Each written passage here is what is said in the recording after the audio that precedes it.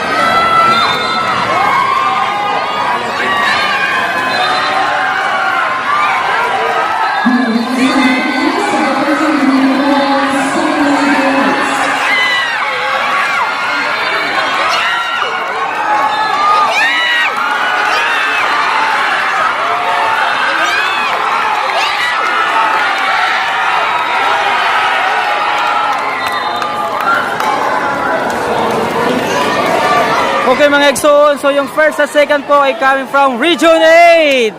Sala po yung maglabang dalawa.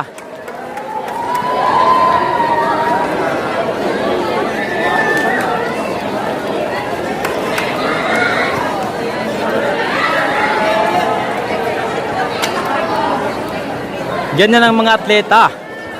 Sa finish line, binubuhos nila yung lahat ng kanilang lakas. Kaya natutumba po sila. Oh, tingnan nyo yung dalawa oh.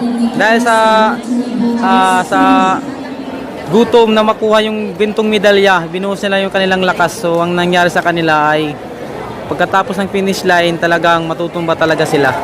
Pero hindi yan ibig sabihin na na-injury yan. Yan ay binuhos lang nila yung kanilang lakas na titira. Dahil crucial po yung kanilang laban, gitgitan po. Kung sino yung mas malakas yung stamina at endurance, siya po yung mananalo. 400 meter hurdle gold medalist. So kanina hindi na yun na-interview kasi medyo mayroon siyang minor cramp sa kanyang mga paa, sa kanyang katawan. So ngayon na lang. Okay, maayong gabi. So anong region ka at anong pangalan mo? Region 8 po. Okay, so anong feelings mo kanina nung nanalo ka na ikaw yung naka-gold? Namigas sa Pimino kay ako nag-expect nga mag-gold ko kay nagkita ko sa gold pa. At saka meron ka bang dapat pasalamatan ng mga tao sa kabila ng iyong tagumpay kanina?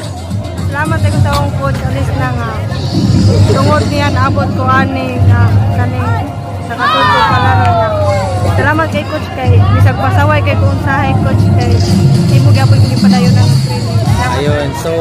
So ano pong magiging mensahe mo sa mga bata na gustong sundin yung mga tapak mo na maging isang gold medalist din? Mga mensahe mo po sa mga bata na maliliit pa na nangangarap din na maging isang atleta. Anong yung masasabi? May papayo? Say lang jud mo sakto kung gusto ninyo maabot ang ingali, ay lang jud mo pagpahinog yan. Ayun. So once again, ladies and gentlemen, the gold medalist of 400 meter hurdle secondary girls from Region 8. Mabuhay ka! Alright!